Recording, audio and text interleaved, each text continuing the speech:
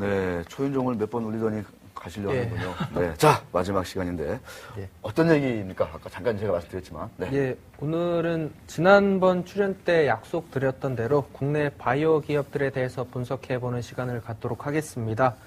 현재 증권시장에 상장되어 있는 회사들에 대한 분석과 함께 앞으로 주목받을 수 있는 비상장 바이오 기업들에 대해서도 간단하게 살펴보도록 하겠습니다.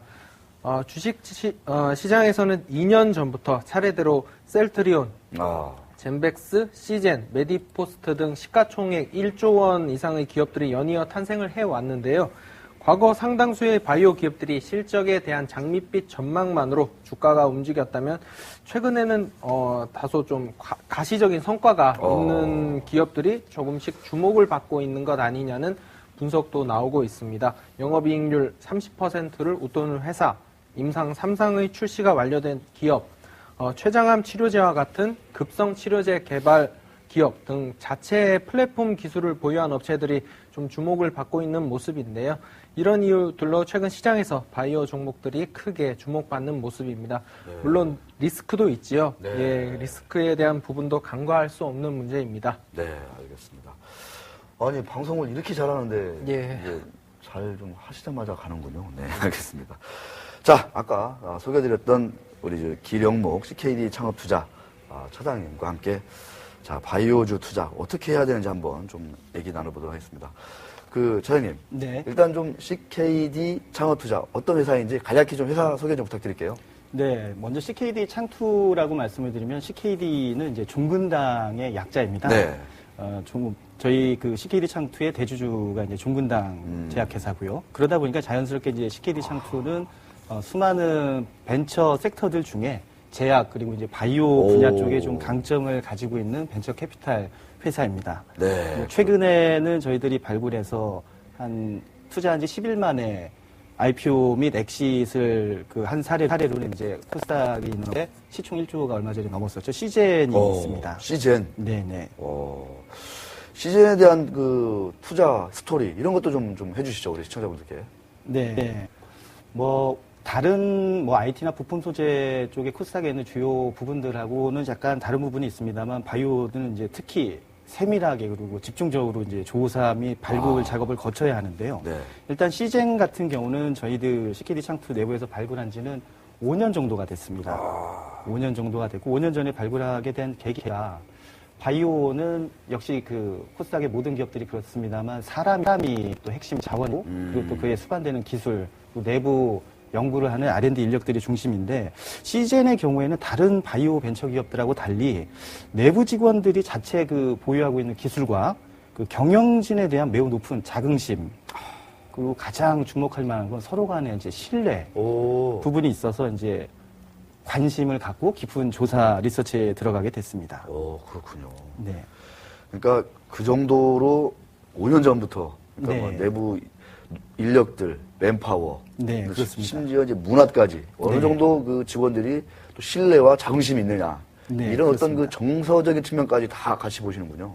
코스닥에 상장되어 있는 기업들을 사고 파는 일이라면 금방 하루에 몇십 번도 사고 팔수를 할 수 있겠습니다만 네. 벤처 캐피탈리스트들이 하는 이유는 특히 바이오 섹터는 한두 달 정도 조사할 수도 있습니다만 실수를 하지 않기 위해서 투자에 실수를 하지 않기 위해서 치밀한 기업의 문화라든가 역사라든가 백그라운드 그리고 내부 임직원들이 어떤 생각을 갖고 있는지까지도 조사를 하는 게 특히 바이오에서 투자 실수를 줄이는 방법이라고 생각하고 있습니다.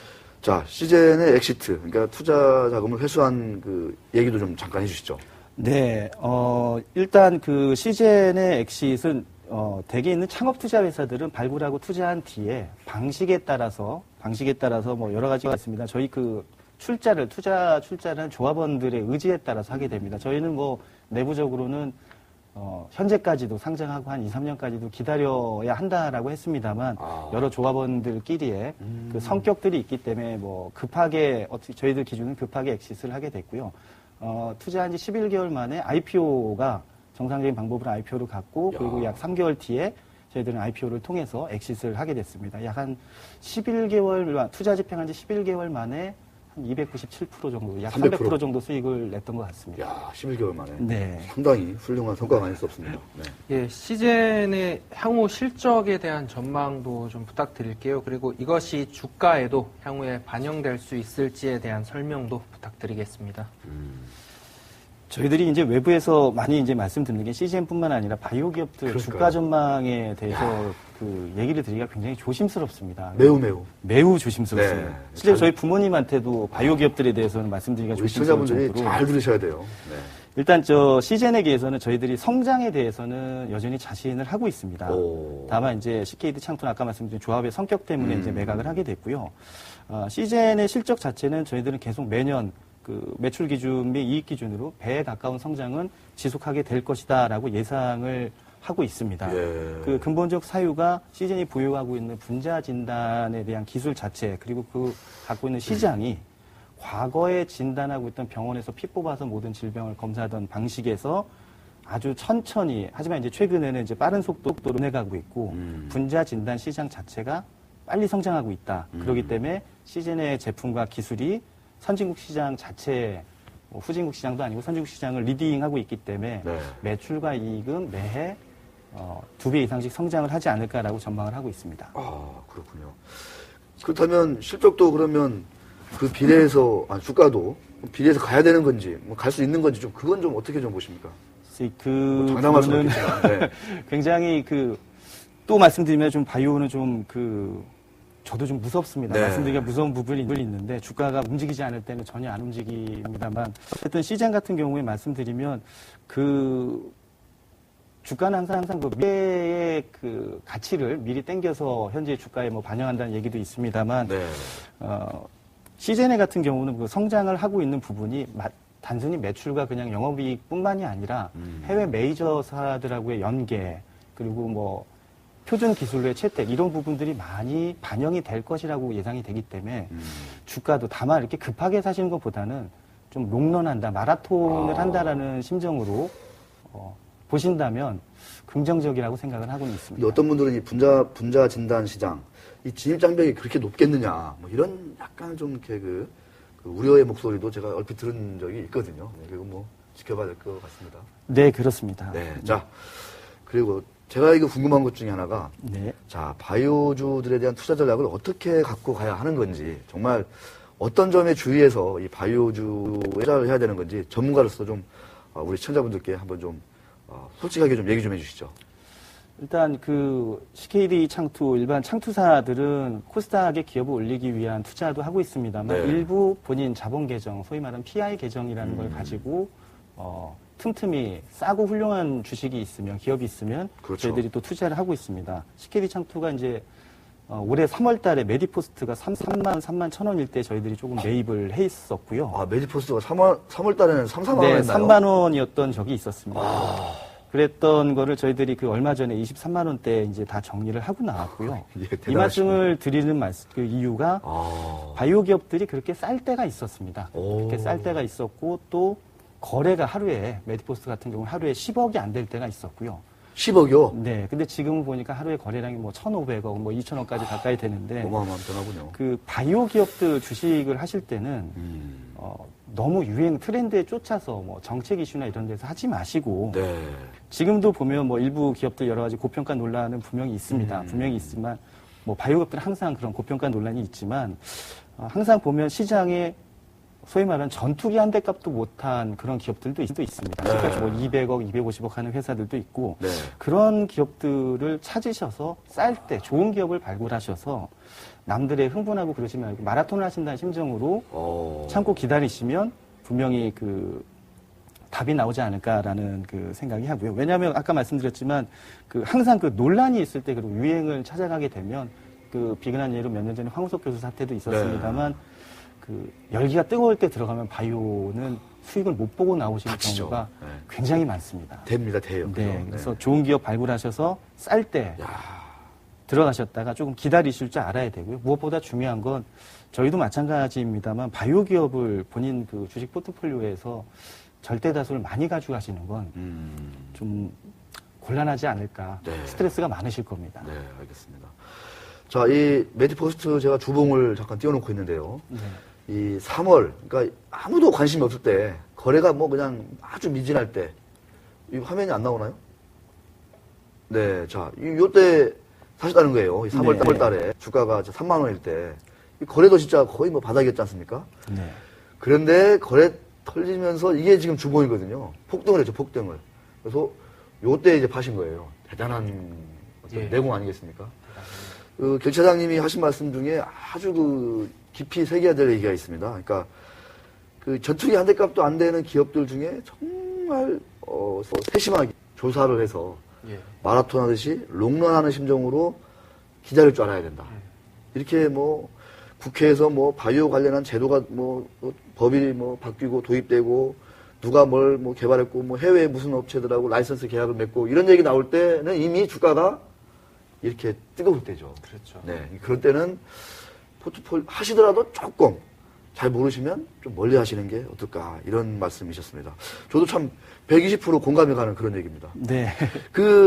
이게 어떻게 좀 말씀하실 수 있을지 모르겠지만 셀트리온 같은 것도 보면 주가가 뭐 시가총액이 막 5조 막 가고 난 시점에서 약간의 어떤 그 재무제표 논란이 좀 있었지 않습니까? 네, 그렇죠. 네, 그것도 보면 어떻게 보면 좀 비근한 얘기가 아닌가 이런 생각이 들기도 하고요. 뭐 회계 논란이나 혹은 네. 뭐 매출 인식 부분에 대해서는 이 신기업들, 특히 바이오 기업들에 대해서는 논란이 있을 수밖에 없습니다. 아. 항상. 그리고 또한 이제 셀트리온은 충격적인, 아무도 다들 이걸 기억들을 못하고 계신데, 셀트리온은 우회 상장을 통해서 코스닥에 들어온 기업인데, 네. 현재 코스닥의 1등 시가총액을 일이죠. 갖고 있는 1위 기업인 거죠. 그러니까 그만큼 5조가 될 만한 값어치가 있고 영업이익률이 30%가 넘는 기업이 제도상으로는 진입을 정상적으로 못하고 우회 상장을 했다는 것 자체가 사실 약간 좀 넌센스에 가까운 일인데, 그러다 보니까 계속된 논란이 있을 수밖에 없고요. 네. 무엇보다도 바이오 기업들 같은 경우는 그 바이오 기업들의 프리미엄, 소위 말하는 이제 고부가치가 영업이익률 30~40%가 넘는, 혹은 뭐 제품 한두 개를 팔아도 일반 제조 기업들이 파는 것보다 많이 파는 얘기가 되기 때문에 그 논란이 있을 수는 있습니다. 그러나 뭐 어쩌겠습니까? 바이오 기업들은 항상 기준을 잡기가 다른 제조업이나 IT 기업들하고 또 다른 기준이 필요하기 때문에 그런 논란들이 생길 수밖에 없다라고 생각이 듭니다. 바이오 기업들의 숙명이다. 네, 그렇다고 봐야 될 것 같습니다. 저희도 내부에서 다른 IT나 제조 기업들에 투자할 때하고 바이오에 투자할 때하고는 전혀 다른 기준을 보고 있습니다. 그렇군요. 나중에 그 기준도 한번 제가 한번 좀 궁금하게 아, 한번. 네. 네. 비밀이겠죠. 네, 당연히 영업 기밀에 가까워서. 자, 오동혁 기자. 예, 지금까지 뭐 상장 바이오 기업에 대해서 좀 살펴봤는데요. 그러면 앞으로 좀 기대할 만한 비상장 바이오 기업, 그리고 그런 유형들에 대한 설명도 좀 부탁드리겠습니다. 우리 기고만장 기자처럼 이렇게 유익한 방송이 있을까요? 네, 자, 기대할 만한 프리코스닥 바이오 기업. 네. 네, 일단 우리들 CKD 창투 내부, 그리고 이제 뭐 다른 기업들도 투자자들도 마찬가지겠습니다만 그 바이오 기업들, 성장이 기대되는 바이오 기업들을 찾는 저희들의 유형이 몇 가지가 있습니다. 일단 첫 번째가 자체 플랫폼 기술을 가지고 있는가. 즉, 그 뒤에 이제 말씀드리겠습니다만 다국적 메이저 제약사들과 대등한 위치 혹은 월등한 위치에서 비즈니스 딜을 할 수 있는 기업. 네. 뭐 라이선스 아웃이라든가 이제 그런 것들을 갖고 있느냐.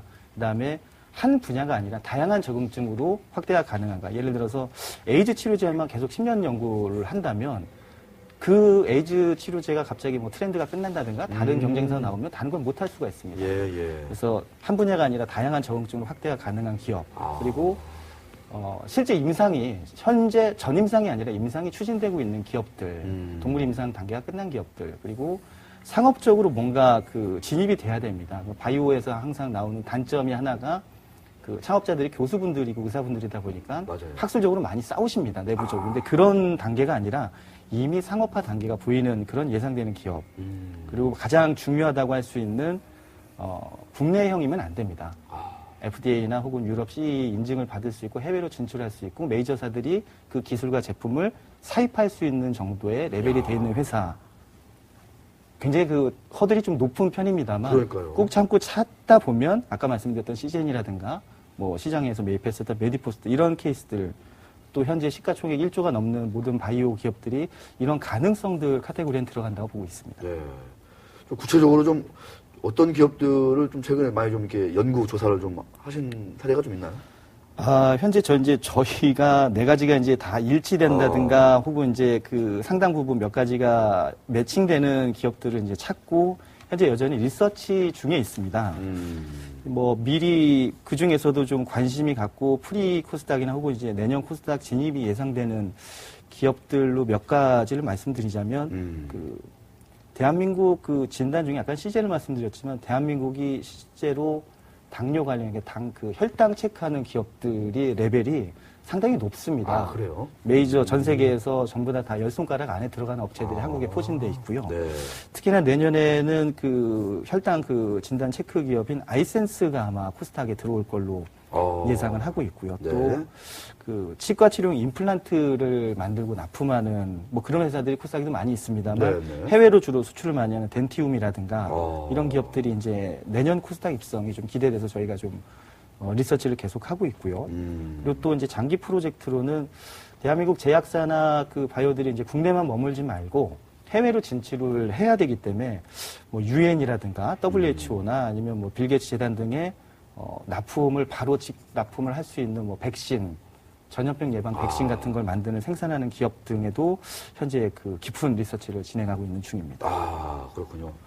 아, 귀에 쏙쏙 와닿습니다. 그죠? 네, 이러이러한 훌륭한 기업들이 있군요, 우리나라에도. 네. 바이오 기업들이. 이거 약간 이제 마지막으로 여담입니다만, 아까 시가총액 1조 바이오 회사 중에 잠깐 언급을 안 했던 게 젠백스라는 회사가 있는데, 네.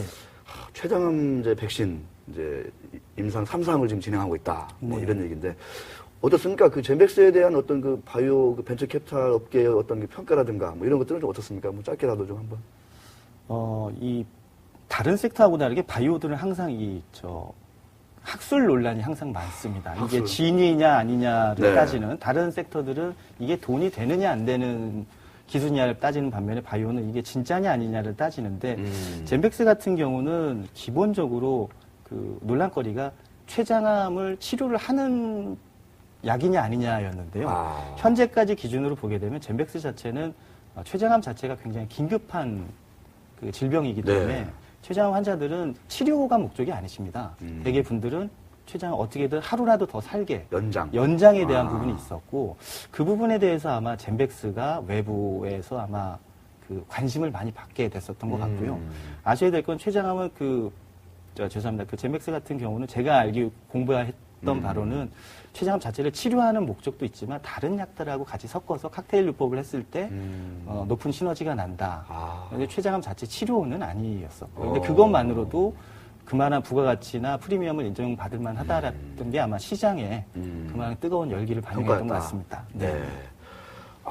무슨 말씀이신지 잘 알겠습니다. 김 차장님 오늘 아주 진짜 바이오주에 대해서 제가 궁금한 게 한 80~90%는 해결된 것 같아요. 그런 생각 들어요. 그러니까 사실 아까도 잘 말씀하셨지만 네. 우리 길차님 같이 전문가분들도 어려워하고 무서웠다는 거 아닙니까? 바이오 네. 기업들. 근데 일반 시청자분들이나 일반 투자자분들이 소문만 듣고 이 바이오 기업이 뭔가 대박이 난다더라. 이렇게 접근했다가는 안 된다는 거죠. 그러니까 한마디로 얘기하면. 다시 말씀드립니다만 항상 마라톤을 간다라는 심정으로 자신이 없으시면 마라톤을 뛸 자신이 없으시다면 안 뛰면 차라리 되죠. 조금 뒤로 빼시는 것도 네. 괜찮고 잠깐 참여한다는 의미 정도로만 뭐 가볍게 참여하시는 것도 원품 괜찮을 것 정도. 같습니다. 네, 그렇습니다. 알겠습니다. 자, 아주 좋은 말씀 감사드리고요. 오동혁 기자. 예. 마지막 시간인데 그간 어떤 뭐 소감이라든가 향후 뭐 계획이나 이런 것도 좀 이렇게 시청자분들께 짧게 좀 말씀해 주시죠. 예. 뭐 지난 3월부터 격주로 수요일마다 기고만장에 참여를 했었는데요. 오늘 고정 출연은 오늘이 이제 마지막이 될 것 같고요. 그러면은 비고정으로는 얼마든지 나올 수 있다 이런 얘기겠죠. 예, 불러주시면 알겠습니다. 언제든지.